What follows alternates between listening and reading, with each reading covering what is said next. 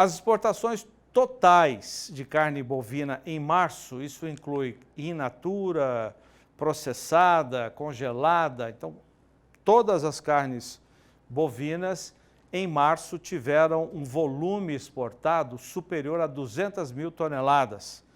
E esse número já foi divulgado na semana passada pela Secretaria de Comércio Exterior e agora, na sexta-feira, a Associação Brasileira de Frigoríficos fez um alarde com razão e esse assunto voltou à tona. Mais de 200 mil toneladas, um recorde para o mês de março. E em nota divulgada pela associação, a Abrafrigo, a receita também foi recorde para o mês, superando US$ 1 bilhão. Mais de 203.500 toneladas, né? Esse 1 bilhão 130 milhões de dólares, ou seja, 28% em volume, aumento na comparação a março do ano passado, e a receita que foi de 713 milhões de dólares, alta de 57% na comparação a março do ano passado. João Pedro Cuti Dias está aqui com a gente para destacar também as exportações brasileiras de carne bovina. João. É um número muito bom. Eu não sei por que às vezes o mercado fala-se que está esfriando as exportações. No primeiro trimestre não mostrou isso, não. Mostrou um crescimento tanto em volume, como em preço médio, como em faturamento. Se você pegar os 3 primeiros meses de 2022, nós estamos falando em 2 bilhões e 900 milhões de dólares. Isso, se você multiplicar por 4 trimestres, vamos supor que seja igual aos próximos 3 trimestres, nós estamos falando em 12 bilhões de dólares. É muito dinheiro. A própria BIEC falava que em condições boas chegaria a 11 bilhões de dólares. Então, nós estamos falando já com números que poderão chegar a 12, muito maior, 12 bilhões de dólares. A nossa carne está ocupando espaço em mercados importantes, como nós falamos a semana passada.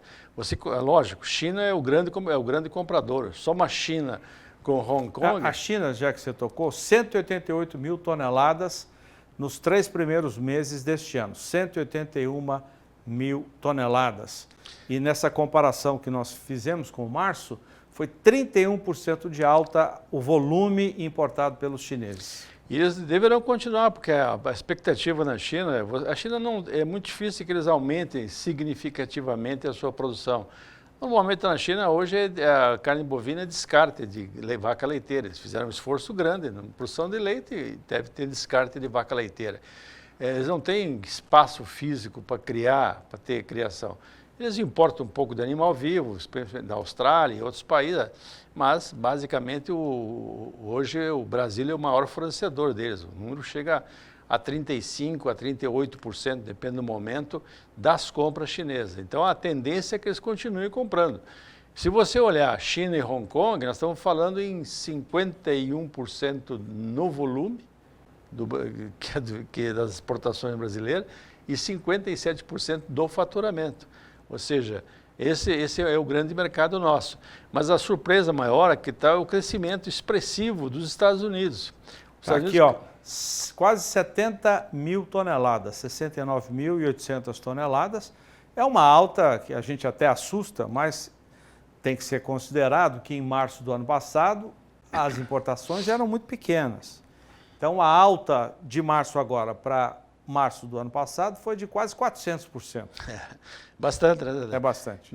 Nós estamos hoje o principal fornecedor de carne bovina para os Estados Unidos, somos nós. Superamos o Canadá, superamos o México, que é um vizinho, são 2 vizinhos e que fazem parte da aliança a ALCA deles lá, e do livre comércio. Então, o Brasil ainda tem espaço. É que a nossa carne, para o modelo que se usa nos Estados Unidos, que é carne moída, 50% é carne moída do comércio de carne bovina, nós temos vantagens muito grandes em relação aos demais países por causa da qualidade da nossa carne e produzida em cima de pasto. Isso é importante sempre falar e cada vez mais vai ser importante reafirmar isso. Ou seja, maior parte do período da vida dos bovinos em cima de pasto. Ou seja, que é o papel do ruminante, é transformar essa fibra dos capins em proteína de alto valor, seja leite ou seja carne. Então, aqui no Brasil, a gente leva a sério isso. Nesses outros países, em função de clima, em função de espaço, eles não têm condições de fazer maior parte do tempo em cima de capim. O americano desmama e já põe para confinamento. Nós não, a gente desmama, recria, depois leva, no fim, na reta final, em alguns casos, hoje 6,5 milhões de cabeças, é 25% mais ou menos do abate nosso aqui, é terminada num regime de confinamento. Tem um pouco terminado também num regime de terminação intensiva a pasto, mas o resto, grande parte, é capim. Então isso é importante, porque daqui para frente, o americano que antes se preocupava só com a cor da carne, maciez e tal, já colocou um outro item, colocou sabor. E aí o sabor nós ganhamos. Aí ele fica tranquilo, nossa carne tem gosto de carne bovina, ela não tem gosto de carne de porco, não, ela tem gosto de carne bovina. Então, para ele, nós estamos ocupando esse espaço e isso é muito importante para nós. E aí você olha outros países que ficaram para trás, o Egito, por exemplo. O Egito era um grande... Egito está aqui, ó, terceiro lugar agora, em março, 47.700 toneladas importadas. Ou seja, eles compraram 262% a mais em volume. Eu creio que, no caso do Egito especificamente, deve ser um grande fator, foi a retomada do turismo, mesmo que não seja nos números anteriores à pandemia, mas a retomada do turismo, que é uma grande fonte de renda para os egípcios, e também a questão de o preço do petróleo. Eles também têm um faturamento muito em cima de petróleo. Então você olha, hoje, esses países de região muçulmana, que hoje no Brasil nós temos muitos frigoríficos habilitados para processar o animal no sistema halal, o Brasil está ocupando espaço cada vez maior nessa área. E isso é importante, porque daqui para frente, quando o pessoal reclamar, o Brasil tem um rebanho bovino e tal, você quando olha as imagens satélites, você não vê o Brasil como um grande emissor de metano, vê a Rússia, vê outros países, porque grande parte do metano que sai de lá é fruto de gás natural, queima de combustíveis fósseis. O Brasil não.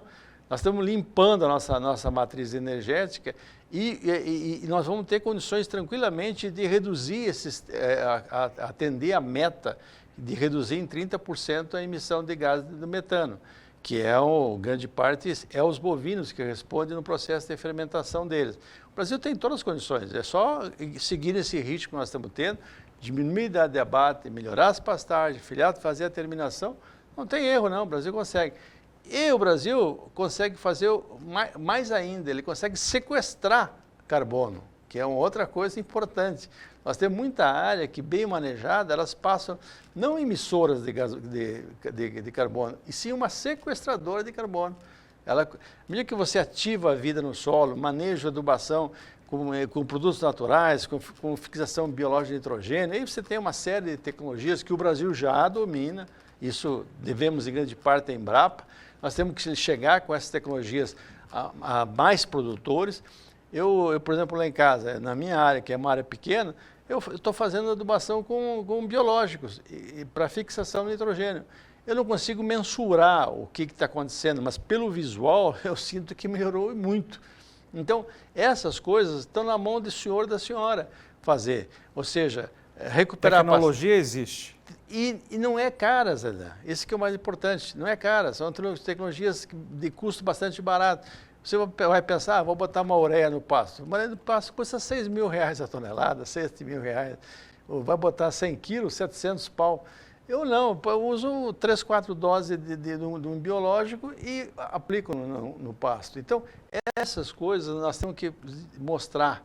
Eu acho que isso é importante, que nós possamos um canal de transmitir essas informações, porque se o produtor começar a usar de forma mais generalizada, você vai melhorar as condições da pastagem, vai reduzir o custo de produção e, principalmente, nós vamos caracterizar a nossa produção de carne como uma carne de baixa pegada de carbono. João Pedro Cuti Dias, normalmente segunda-feira a Secretaria de Comércio Exterior divulga o resultado da balança comercial referente à semana anterior. Até agora há pouco não havia essa divulgação, vamos aguardar, quem sabe amanhã. Porque está previsto que seria divulgada às 3 horas de Brasília, mas agora já são mais de 5 horas de Brasília. 9 minutos para 5. João, obrigado. Bom trabalho, Zé.